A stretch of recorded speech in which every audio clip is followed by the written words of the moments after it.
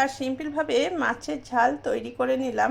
আর এই রেসিপিটা তো থাকছেই, সাথে আছে দারুণ সুন্দর দেখো এঁচোড়ের তরকারি। তো এটাও কিন্তু নতুন রেসিপি এখন, তো তোমরা একটু দেখে নাও এই রেসিপিটাও, খুব ভালো লাগবে আশা করি সবারই। আর কেমন লেগেছে দেখে পরে কমেন্ট করে অবশ্যই জানাবে বন্ধুরা। বন্ধুরা আজকে নিয়ে এলাম তোমাদের কাছে দুটো রেসিপি। এখানে দেখো এঁচোড়ের তরকারি করব, আর হবে মাছের একটা রেসিপি মাছের ঝাল। এখানে দেখো ফলুই মাছ আছে, আর ব্রিকেট মাছ আছে, আর ফ্লে মাছ আছে। তবে এই সকল মাছের কিন্তু ঝালই ভালো লাগে, না হলে পেঁয়াজ দিয়ে ভাজা ভালো লাগে, পেঁয়াজ আলু দিয়ে। তো যারা যেভাবে পছন্দ করে তারা সেভাবেই কিন্তু রান্না করে। আমার ভাজাটাও ভালো লাগে, আবার ঝালটাও ভালো লাগে, তো ভাবলাম একটু ঝাল করে নিচ্ছি। তার আগে দেখো খুব ভালো করে মাছের পিসগুলো নুন হলুদ লাগিয়ে বেশ সুন্দর করে মেখে নেবো। মাছের গায়ে নুন হলুদ মাখিয়ে নিলে খেতেও কিন্তু ভালো লাগে, মাছটা টেস্টও হয় আর ভাজাটাও ভালো করে হয়। তো দেখো খুব সুন্দর করে নুন হলুদ মেখে নিচ্ছি। সবগুলো মাছই খুব ভালো করে দেখো নুন হলুদ লাগিয়ে নিলাম। এদিকে কড়াই কিন্তু তেলও গরম হয়ে গেছে, মাছগুলো এখানে ভেজে নিচ্ছি। ছোট মাছ ভাজতে দিলাম। তবে হ্যাঁ বন্ধুরা, এই মাছগুলো একটু নরম, তো একটু আলতো হাতে এভাবে নেড়ে চেড়ে ভেজে নিতে হবে। তবে দেশি মাছ, তো দেশি মাছ খাওয়া খুব ভালো, তার জন্য এই মাছগুলো নিয়ে আসা হয়েছে। তো বন্ধুরা তোমরা কি খেতে ভালোবাসো অবশ্যই বলবে, আর এই মাছগুলো কি রান্না করো সেটাও কিন্তু বলবে। আমরা এইভাবে খাই তাই এইভাবেই করে দেখাচ্ছি। ওদিকে মাছ ভাজতে ভাজতে এখানে দেখো এঁচোড়ের তরকারি করে নিচ্ছি। অল্প তেল দিলাম। এই এঁচোড়টা ভালোভাবে দেখো কুক করে নিচ্ছি। দেখো টিপলে ভেঙে দিচ্ছে, কিন্তু এখানে গোটা গোটাই আছে, তো এরকম ভাবেই কিন্তু কুক করে নিতে হবে। আর এখানে দেখো একটু জিরে ফোড়ন দিলাম। জিরে ফোড়নটা একটু ভেজে নেবো, সাথে দিয়ে দিলাম তেজপাতা শুকনো লঙ্কা, একটু বেশ লালচে করে ভেজে নেবো, একদম কালো হয়ে আসবে। এদিকে মাছগুলো কিন্তু উল্টি পাল্টিয়ে ভেজে নিচ্ছি। মাছ ভাজতে একটু টাইম লেগেই যায়, তবে হ্যাঁ মিডিয়াম ফ্লেমে ভাজছি, তবে ভাজাটা ভালো হয় মিডিয়াম ফ্লেমে ভাজলে। এখানে ফোড়ন কিন্তু সুন্দর ভাজা হয়ে গেছে, পেঁয়াজ কুচি করে নিচ্ছি, আর কুচি করা পেঁয়াজটাকে লালচে করে ভেজে নিচ্ছি। এদিকে মাছগুলোকে আমি তেল ঝরিয়ে সুন্দর করে তুলে নেবো, আর এই থালার মধ্যে আমি মাছগুলোকে রেখে দিচ্ছি। তো বন্ধুরা দেখো এখানে মাছগুলো এগুলো ভাজা হয়ে গেল, এর পরের মাছগুলো ভাজবো। তো বন্ধুরা দেখো বাবু এসছে মাছ ভাজা নিতে, ওকে দুটো মাছ ভাজা দিলাম। ও আসলে মাছ ভাজা খেতে অনেক বেশি ভালোবাসে, তার মধ্যে ছোট মাছগুলো বেশি ভালোবাসে। ঝেলে মাছের তো কাটা নাই, তো অনার্সে খাওয়া যায়।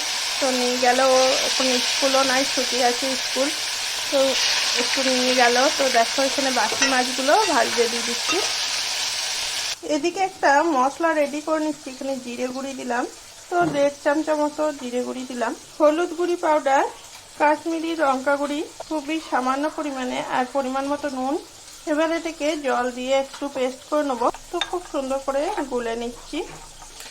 এইভাবে মশলাটাকে খুব সুন্দর করে বানিয়ে নিলে তো খুব সুন্দর মশলাটা রেডিও কিন্তু হয়ে যায়, আর খেতেও কিন্তু রান্নার টেস্টটা অনেক বেশি সুন্দর লাগে। তো দেখো মশলাটা খুব সুন্দর রেডি হয়ে গেল।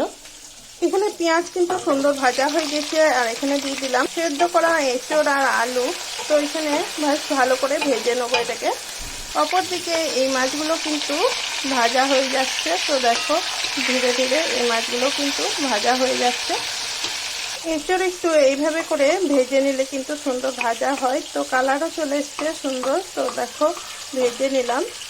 তবে এখানে দিয়ে দেবো আদা রসুন পেঁয়াজ বাটা। তো এটাকে একটু ভালো করে মিশিয়ে নেবো এটার সাথেই, আর খুব সুন্দর ভেজে নেবো। তো 2 মিনিট এটাকে ভাজতে থাকবো। এইভাবে বন্ধুরা রান্না করলে তেলটা একটু কম লাগে, খেতেও কিন্তু অনেক সুন্দর হয়।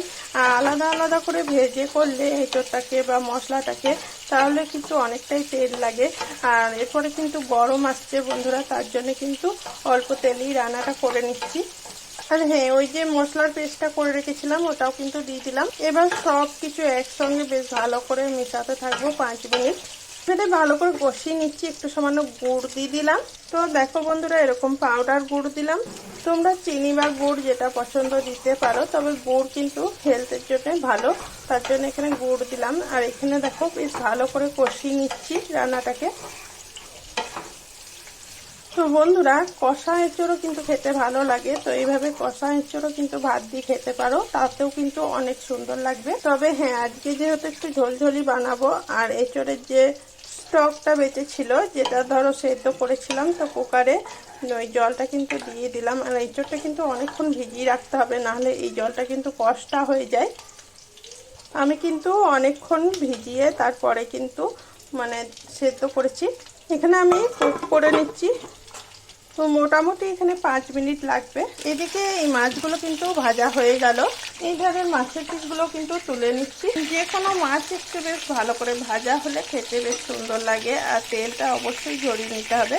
তো বন্ধুরা দেখো, তেল ঝরিয়ে মাছ ভাজাগুলোকে তুলে নিলাম। এবারে ফলুই মাছগুলোকেও ভেজে নিচ্ছি। দেখো 2 পিস এখানে দিয়ে দিলাম। তো ধীরে ধীরে এগুলোকেও কিন্তু ভেজে নিচ্ছি। এদিকে 5 মিনিট পর ফিরে এলাম। তো এঁচোড়ের ঝোল বা তরকারি যাই বলো না কেন, তৈরি প্রায় হয়ে গেল। এখানে দিয়ে দিলাম হোমমেড গরম মশলা। গরম মশলাগুলো একটু গরম করে পিষে রাখি এই কৌটোর মধ্যে। ঘরের তৈরি গরম মশলার টেস্ট কিন্তু অসাধারণ হয় বন্ধুরা। তো দেখো এখানে সুন্দর করে তরকারিটা প্রায় হয়ে এলো। একটু ঝোল ঝোল রেখেছি, খেতে কিন্তু ঝোল ঝোলও ভালো লাগে, অনেক বেশি সুন্দর হয়। তবে হ্যাঁ, এঁচোড়গুলো কিন্তু ভেঙেও যায় নাই। আর দেখো কিন্তু খুব সুন্দর সেদ্ধও হয়েছে, আর খুব সুন্দর কালারও কিন্তু চলে এসছে রান্নার। এদিকে একটা পাত্রের মধ্যে নামিয়েও নিল। তৈরি হয়ে গেল দারুণ সুন্দর এঁচোড়ের ঝোল ঝোল তরকারি। এদিকে মাছগুলো কিন্তু সবগুলি প্রায় ভাজা হয়ে গেল। এগুলোকেও তুলে নিচ্ছি তেল ঝরিয়ে। আর 2 পিস মাছও কিন্তু এই থালার মধ্যেই তুলে নিলাম। যেহেতু বন্ধুরা এবারে গরম আসছে, তো সিম্পলভাবেই রান্নাটা করছি। এটা হচ্ছে মাছের একটু ঝাল। তো মাছের ঝাল বানাবার জন্য এখানে অল্প সামান্য পেঁয়াজ কুচি দিয়ে দিলাম, আর পেঁয়াজ কুচিটা লাল করে ভেজে নেব। কুচি এখানে লাল করে ভেজে নিলাম। এবার দিয়ে দিচ্ছি কুচানো টমেটো একটা, তো এটাকেও ভেজে নেবো।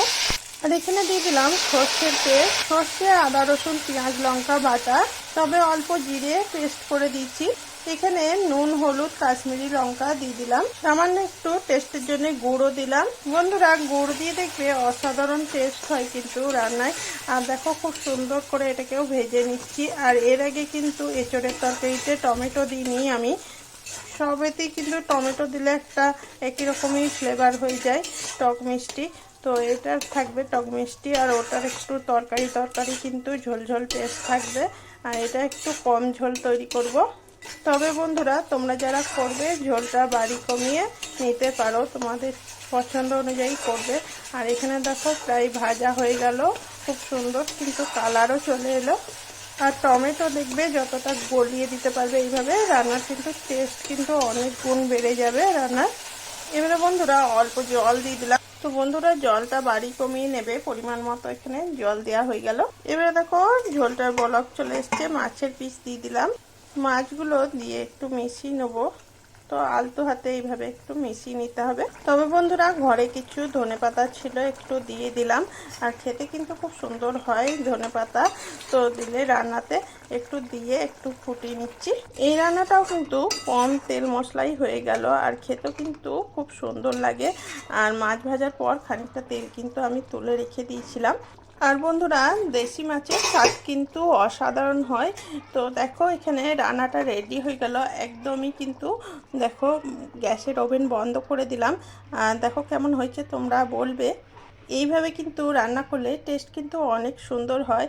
এখনকার রেসিপিটা কিন্তু এই পর্যন্তই। আর রেসিপিগুলোর ফাইনাল লুক দেখে বলবে কোন রান্নাটা বেশি ভালো লেগেছে। তো বন্ধুরা এতক্ষণ আমার সাথে থাকার জন্যে সবাইকে অনেক ধন্যবাদ। সবাই ভালো থাকবে, সুস্থ থাকবে। আবারও চলে আসবো এরকম রেসিপি নিয়ে তোমাদের কাছে। এখন তাহলে আসি, টাটা বাই বন্ধুরা।